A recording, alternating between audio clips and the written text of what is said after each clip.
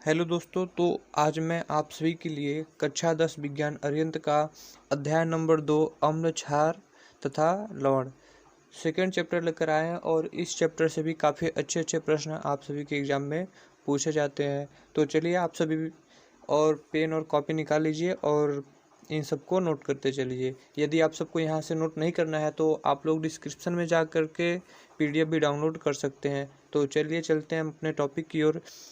तो आइए पहले जान लेते हैं कि अम्ल होता क्या है।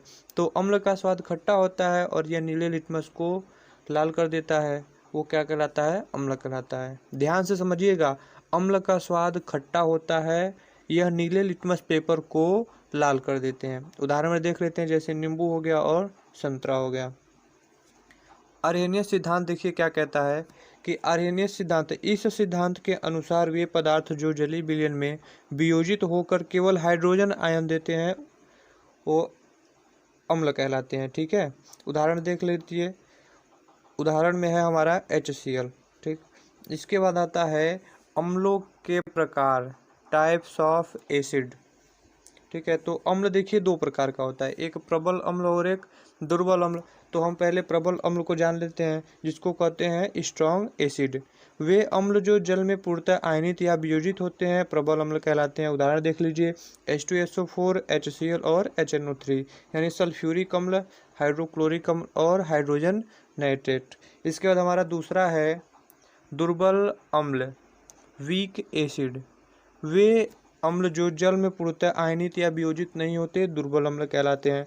प्रबल क्या था कि वे अम्ल जो जल में पूर्णतः या आयनित हो जाते हैं वो हमारा प्रबल अम्ल कहलाता है। लेकिन दुर्बल अम्ल क्या होता है कि जो जल में पूर्णतः आयनित या वियोजित नहीं होता है, दुर्बल अम्ल कहलाता है। उदाहरण देख लीजिए, HCN, CH3COOH और HCOOH, ये हमारे दुर्बल अम्ल हैं। इसके बाद देख लेते हैं प्रबलता का क्रम। ठीक है, यानी जो अम्ल में है, अम्लों में प्रबलता का क्रम। तो इसको आप नोट कर लीजिए, यहाँ से 1 नंबर का क्वेश्चन बनता है। ठीक है, आइए चलते हैं। अगला है हमारा अम्लों के भौतिक गुण, यानी फिजिकल प्रॉपर्टीज ऑफ एसिड। पहला है कि अम्ल स्वाद में खट्टे तथा जल में विलय होते हैं। दूसरा है अम्ल नीले लिटमस पेपर को लाल कर देते हैं। दूसरा है अम्लों की प्रकृति संक्षारक होती है, इनकी क्रिया से कपड़ा, लकड़ी, कागज, त्वचा आदि नष्ट हो जाते हैं। इसके बाद है हमारा जो कि इम्पॉर्टेंट है, पूछता है अम्लों के रासायनिक गुण 2 नंबर में। ठीक है, अगला है अम्लों के रासायनिक गुण, केमिकल प्रॉपर्टीज ऑफ एसिड। इसमें पहला है धातु के साथ अभिक्रिया, यानी जो अम्ल है उसका धातु के साथ हमें क्या करना है? अभिक्रिया करना है। तो जो अम्ल होता है वो धातु से अभिक्रिया करके हाइड्रोजन गैस मुक्त करते हैं। उदाहरण देख लीजिए आप, Fe+HCl, तो हमारा बन गया FeCl2+H2, यानी हाइड्रोजन गैस हमारा क्या हो रहा है? बाहर निकल रहा है। इसके बाद है हमारा दूसरा है धातु कार्बोनेट से क्रिया। जब अम्ल धातु कार्बोनेट से अभिक्रिया करता है तो वो कार्बन डाइऑक्साइड उत्पन्न करता है। एग्जाम्पल देख लीजिएगा आप सब, कैल्शियम कार्बोनेट का हाइड्रोजन क्लोराइड के साथ कराया गया है, तो कैल्शियम क्लोराइड जल और कार्बन डाइऑक्साइड गैस उत्पन्न हो रहा है। ठीक है, इसके बाद तीसरा है धातु ऑक्साइड के साथ अभिक्रिया। तो कुछ अम्ल धातु ऑक्साइडों के साथ अभिक्रिया करके लवण तथा जल बनाते हैं। उदाहरण देख लीजिए आप सब, कैल्शियम ऑक्साइड का हाइड्रोक्लोरिक अम्ल के साथ कराया गया तो कैल्शियम क्लोराइड और जल प्राप्त हो रहा है। ठीक है, इसके बाद है अम्लों के उपयोग, यूज ऑफ एसिड। तो अम्लों के उपयोग से देखिए यहाँ से ये क्वेश्चन बनता है कि जैसे अभी हम क्वेश्चन बोल रहे हैं, ठीक है, कि कार की बैटरियों में निम्न में से कौन से अम्ल का उपयोग होता है? तो कार की बैटरियों में सल्फ्यूरिक अम्ल का यूज होता है। ठीक है, तो आइए देख लेते हैं। पहला ही है हमारा सल्फ्यूरिक अम्ल, यानी अम्लों का राजा, H2SO4। तो इसमें पहला है कि जो H2SO4 है उसका यूज होता है कार की बैटरियों में, पेट्रोलियम उद्योग में, प्लास्टिक बनाने में और कृत्रिम रेशे बनाने में। ठीक है, इसमें इंपॉर्टेंट है कार की बैटरी में सल्फ्यूरिक अम्ल का यूज होता है। ठीक है, अगला है नाइट्रिक अम्ल, यानी HNO3। इसका उपयोग होता है सोने चांदी के शोधन में, औषधि बनाने में, विस्फोटक पदार्थ बनाने में और उर्वरक में। ठीक है, इसके बाद है HCl, यानी हाइड्रोक्लोरिक अम्ल। इसका यूज होता है वस्त्र उद्योगों में कपड़ा रंगने के लिए, लोहे की चादरों को साफ करने में। ठीक है, दो ही बस। या यहाँ से 1 नंबर का क्वेश्चन बनता है, ठीक है ना, तो इसको याद रखिएगा और अपने कॉपी में बढ़िया सा नोट करते चलिए, ठीक है। नोट में लिख लीजिएगा कि जो नाइट्रिक अम्ल है उसे सोरिक अम्ल भी कहते हैं, ठीक है, क्योंकि इसे सोरे से बनाया जाता है। अब इसके बाद हमारा है अम्ल, हम लोग पढ़ लिए। अब हमारा है क्षारक, जिसको कहते हैं बेसेस, ठीक है। वे पदार्थ जिनका स्वाद तीक्ष्ण या कड़वा होता है तथा जो लाल लिटमस पेपर को नीला कर देते हैं। वो क्या था कि वो नीले को लाल कर रहा था और ये लाल को नीला कर देता है, ठीक है। उदाहरण में जैसे हो गया साबुन। आर्हेनियस सिद्धांत देखिए क्या कहता है कि वे पदार्थ जो जलीय विलयन में आयनित या वियोजित होकर हाइड्रोक्साइड आयन देते हैं क्षारक कहलाते हैं, ठीक है। नोट में लिख लीजिएगा कि जल में घुलनशील क्षारक को क्षार कहते हैं, ठीक है, कन्फ्यूजन नहीं रखना है, ठीक। इसके बाद है क्षारकों के प्रकार। जिस तरह अम्ल 2 प्रकार का था, इसी प्रकार हमारा क्षारक भी 2 प्रकार का है। पहला है प्रबल क्षारक और दूसरा है दुर्बल क्षारक। तो हम प्रबल क्षारक को देख लेते हैं। स्ट्रॉन्ग बेसेस, वे क्षारक जो जल में पूर्णतः आयनित या वियोजित होकर हाइड्रोक्साइड आयन देते हैं, प्रबल क्षारक कहलाते हैं। उदाहरण देख लीजिए, पोटेशियम हाइड्रोक्साइड है, सोडियम हाइड्रोक्साइड और बेरियम हाइड्रोक्साइड, ठीक है। इसके बाद है दुर्बल क्षारक यानी वीक बेसेस, वे क्षारक जो जल में पूर्णतः आयनित या वियोजित नहीं होते हैं, दुर्बल क्षारक कहलाते हैं, ठीक है। एल्युमिनियम ट्राई हाइड्रोक्साइड है, इसके बाद है अमोनियम हाइड्रोक्साइड है, ठीक। इसके बाद इसमें भी प्रबलता का क्रम है, इसको भी देख लेना आप सब, ठीक है। इसके बाद आते हैं क्षारकों के भौतिक गुण, इंपॉर्टेंट है, ठीक है। तो पहला है जल में विलेय तथा स्वाद में तीक्ष्ण और कड़वे होते हैं। दूसरा है क्षारक लाल लिटमस पेपर को नीला कर देते हैं। और तीसरा है ये साबुन के समान चिकने होते हैं। चौथा है अम्ल की भांति इनकी प्रकृति भी संक्षारक होती है।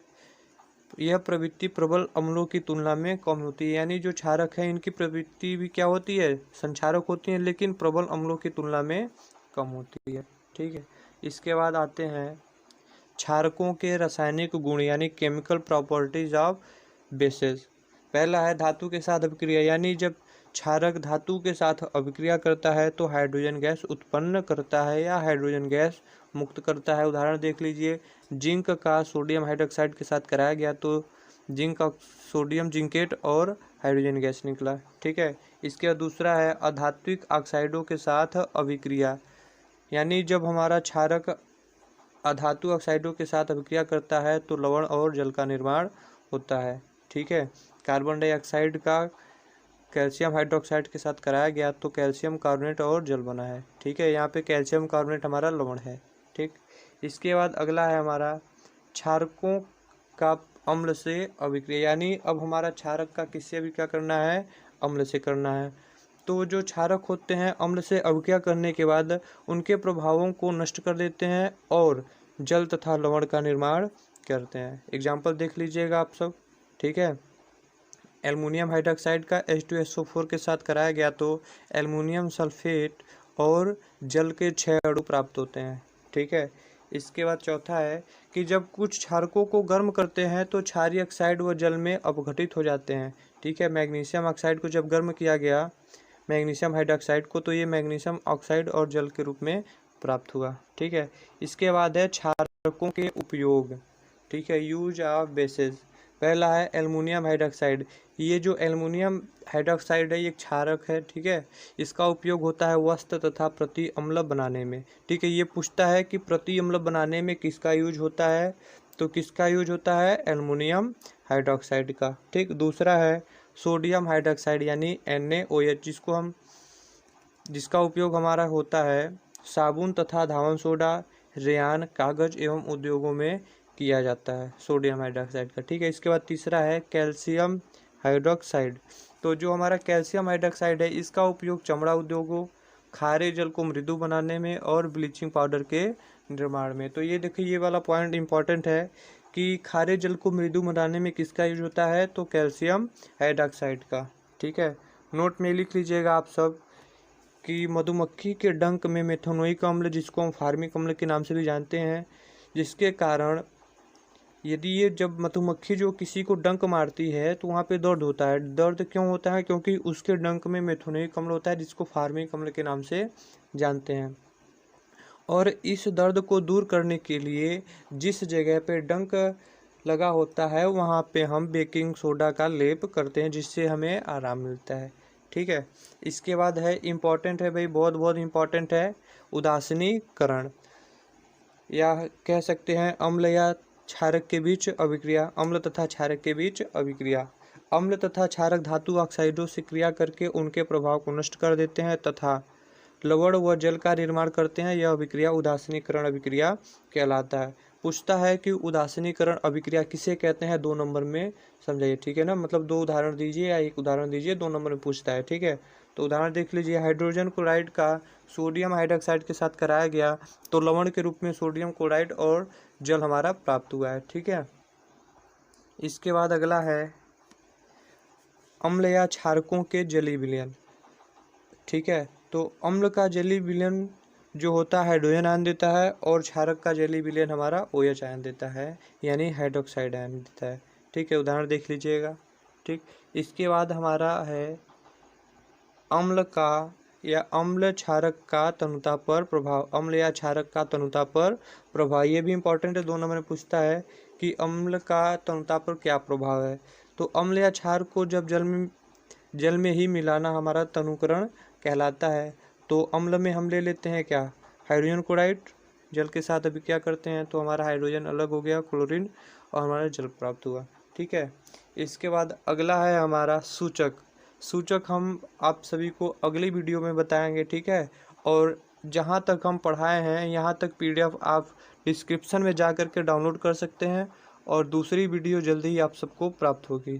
ठीक है, तब तक के लिए धन्यवाद। और हाँ, यदि आप सभी को वीडियो अच्छा लगे तो वीडियो को लाइक करके चैनल को सब्सक्राइब जरूर कीजिएगा। ठीक है, और PDF डाउनलोड करना मत भूलना भाई साहब, और आप सभी PDF को डाउनलोड करके अच्छे से नोट्स में तैयार करते रहिए। तो मिलते हैं आप सबसे अगली वीडियो में, तब तक के लिए धन्यवाद।